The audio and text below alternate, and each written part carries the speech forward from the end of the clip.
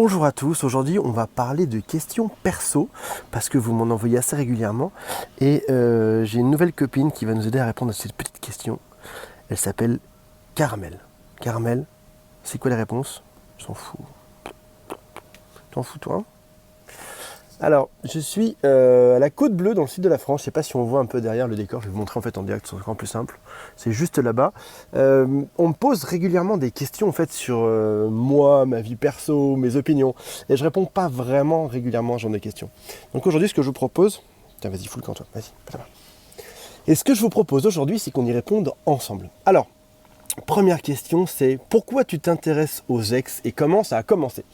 Il y a très longtemps de ça, j'ai écrit un guide de séduction pour les hommes qui s'appelait 15 en une semaine, qui était un immense best-seller.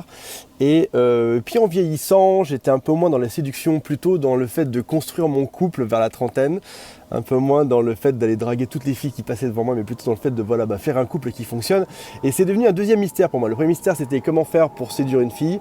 Deuxième mystère, c'était comment faire pour rester en couple derrière. Et donc, je me suis intéressé au couple, et notamment aux problèmes de couple, tout ce qui pouvait se passer lorsqu'on était à deux, sachant que je trouve aujourd'hui que se mettre en couple, c'est pas forcément très compliqué, mais y rester, c'est beaucoup plus compliqué, parce que ça veut dire vivre ensemble pendant des mois, des années, et faire des concessions, et se comprendre, etc. C'est pas toujours une partie de plaisir.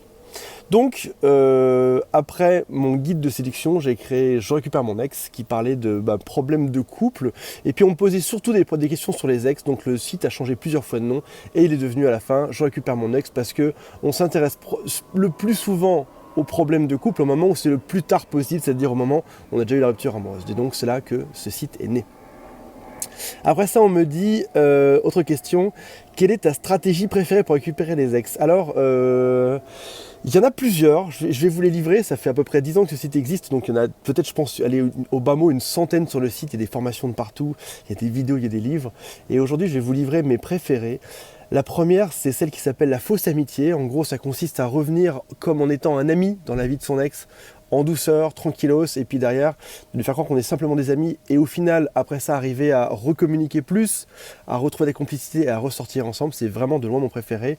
Et dans les formations que j'ai proposées, il y en a une que j'adore qui s'appelle la machine à remonter le temps, qui est de loin ma préférée, qui est tellement géniale qu'elle est ultime. J'ai bossé comme un fou dessus, c'était il y a à peu près un an. Je vais mettre le lien juste en haut pour que vous puissiez la retrouver.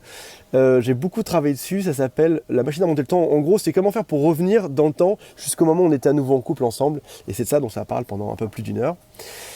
Question d'après, t'es-tu fait larguer?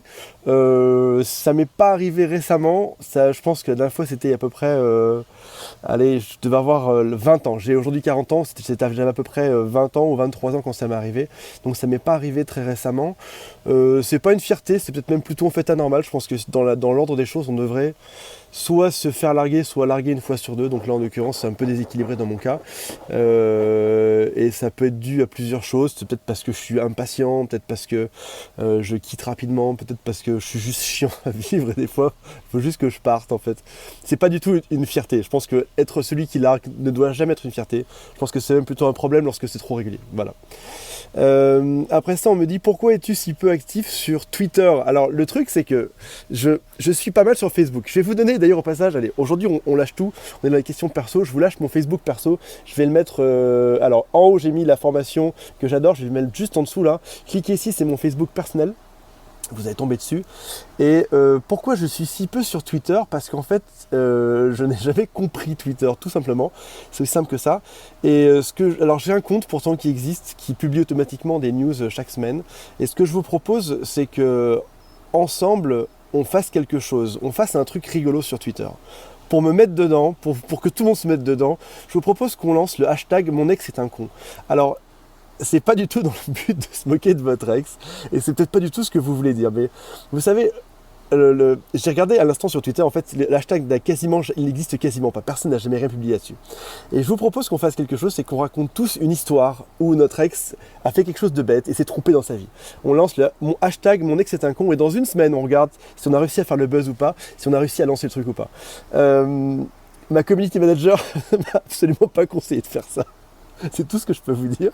Il y en a une community manager qui s'appelle Aurélie qui bosse sur le site qui m'a absolument déconseillé de faire ça. Donc je vous propose que justement on le fasse.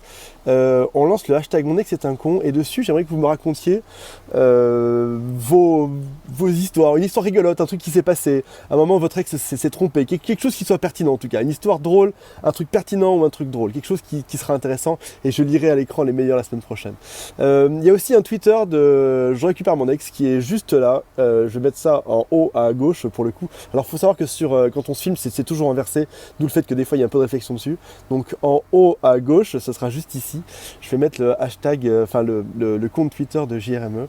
Et je vous propose que dans une semaine on fasse le point pour voir si on a réussi à buzzer. Mettez-moi quelque chose, ça me fera plaisir. Mettez un petit hashtag, racontez une histoire, ça me fera extrêmement plaisir. Salut à tous, on ne lâche rien, on est des pitbulls. Je vous mets toujours dans la description, toujours des cadeaux pour récupérer votre ex si ça vous dit. Cliquez juste sur le lien qui est juste dans la description en dessous. Et likez, ça me fera extrêmement plaisir. Partagez, abonnez-vous à la chaîne surtout. À chaque fois que je vois les nombres d'abonnés qui augmentent, ça me ferait extrêmement plaisir. Et je vous dis à demain pour une prochaine vidéo. Salut à tous.